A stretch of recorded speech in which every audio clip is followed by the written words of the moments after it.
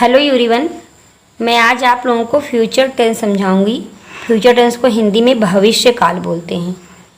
इस वीडियो के पहले मैं प्रेजेंट टेंस और पास्ट टेंस का वीडियो बना चुकी हूँ, आप लोगों को उसमें समझाया है। तो अगर आप लोगों ने ना देखा हो तो मेरे चैनल में जा कर के आप प्रेजेंट और पास्ट का वीडियो देख सकती हैं। तो देखिए future tense. Future tense, there are 4 parts of future tense. Number 1 future indefinite tense, number 2 future continuous tense, number 3 future perfect tense, number 4 future perfect continuous tense. देखिए number 1 future indefinite tense. Future indefinite tense में identification गा गी गे इसकी पहचान होती है। Helping verb will shall और वर्ब की फर्स्ट फॉर्म का प्रयोग होता है।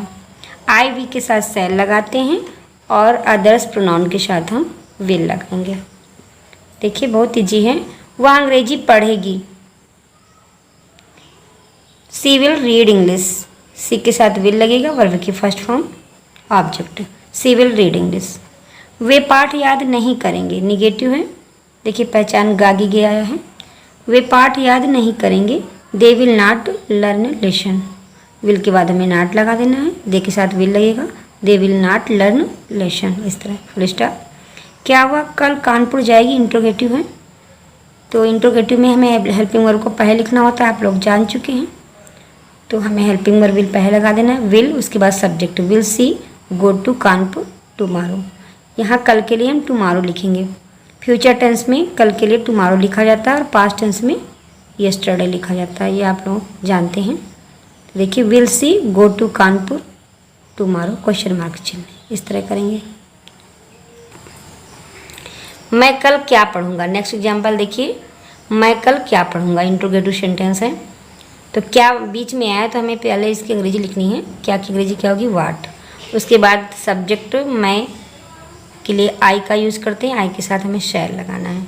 तो वाट शैल आई रीड टुमारो। मैं कल क्या पढ़ूंगा, what shall I read tomorrow, question mark चिन्ह, इस तरह करेंगे। तो आपका ये फ्यूचर इंडेफिनिट टेंस हो गया है। नेक्स्ट फ्यूचर कंटिन्यूअस टेंस देखिए। फ्यूचर कंटिन्यूअस टेंस आइडेंटिफिकेशन रहा होगा, रही होगी, रहे होंगे। Helping verb will be, shall be. Verb की फर्स्ट फॉर्म में आईएनजी फॉर्म करते हैं। देखिए आई वी के साथ शैल बी, अदर्स प्रोनाउन के साथ will B.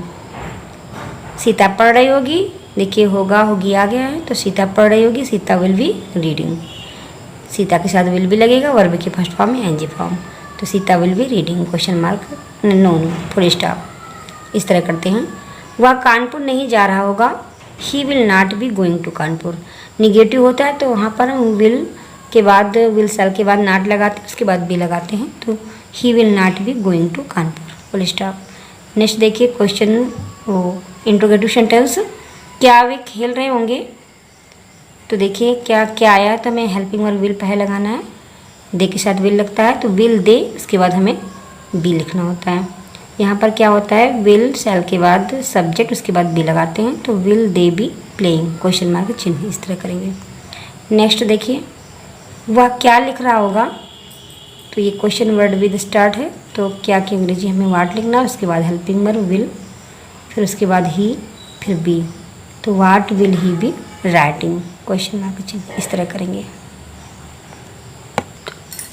Future perfect tense number 3 देखिए। आइडेंटिफिकेशन चुका होगा, चुकी होगी, चुके होंगे आदि। Helping verb will have, shall है, वर्ब की third form. Future perfect tense में कार्य का पूर्ण होना पाया जाता है, आप लोग जानते हो। यहाँ पर वर्ब की थर्ड फॉर्म यूज होती है। आई वी के साथ शैल है, अदर्स के साथ, अदर प्रोनाउन के साथ विल हैव लगता है। मैं अंग्रेजी पढ़ चुका हूँगा। देखिए चुका हूँगा आ गया है, तो यहाँ पर हमें शैल है, विल हैव लगाना है। तो आई शैल हैव रेड इंग्लिश, इस तरह करेंगे, वर्ब की तरफ हम लगाएंगे, आई के साथ शैल हैव लगेगा। वह पत्र नहीं लिख चुकी होगी। She will not have written a letter. Will have shall have है, विल शैल के बाद हमें नॉट लगाना होता है निगेटिव में, उसके बाद हैव लिखना होता है।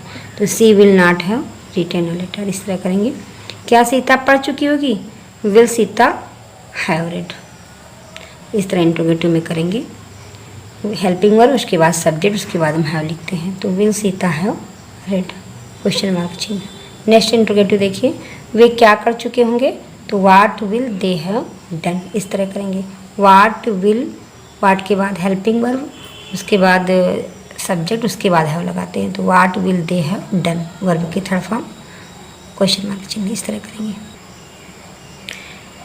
नंबर 4 देखिए, future perfect continuous tense, last number है ये फ्यूचर का। आइडेंटिफिकेशन रहा होगा, रही होगी, रहे होंगे। Helping verb will have been, shall have been, और वर्ब की फर्स्ट फॉर्म में आईएनजी फॉर्म लगाते हैं।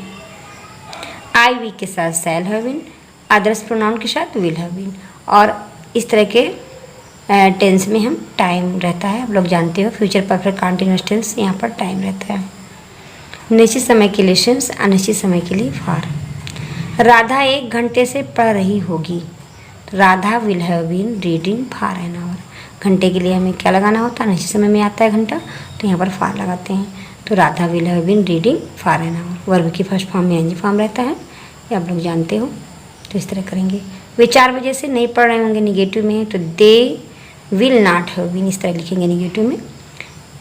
दे, उसके बाद हमें विल लिखना है, दे के साथ विल लगता है, उसके बाद नॉट, तब हैव बीन लिखेंगे। रीडिंग सिंस 4 o'clock, बजने के लिए हमें ये बजना जो होता है टाइम दिया रहता है इसमें, ये निश्चित समय में आता है, तो सिंस लगाते हैं, तो they will not have been reading since 4 o'clock, इस तरह करेंगे। नेक्स्ट देखिए इंट्रोगेटिव सेंटेंस, क्या वह सुबह से पढ़ रही होगी, तो विल सी हैव बीन, इस तरह करेंगे इंट्रोगेटिव में। विल के बाद हमें सब्जेक्ट, उसके बाद हैव बीन लगाते हैं, क्या पहले आता है तो will she have been reading since morning. Morning भी निश्चित समय में आता है, तो हमें सिंस लगाना होगा, क्वेश्चन मार्क चिन्ह कर देंगे, तो will she have been reading since morning.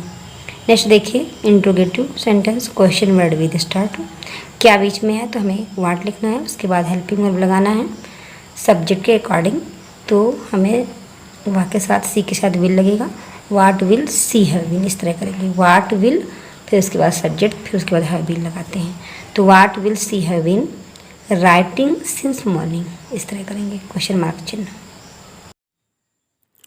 हमें उम्मीद है कि आप लोगों को ये फ्यूचर टेंस समझ में आ गया होगा। अब ये वीडियोस टेंस के कंप्लीट हो गए। धन्यवाद।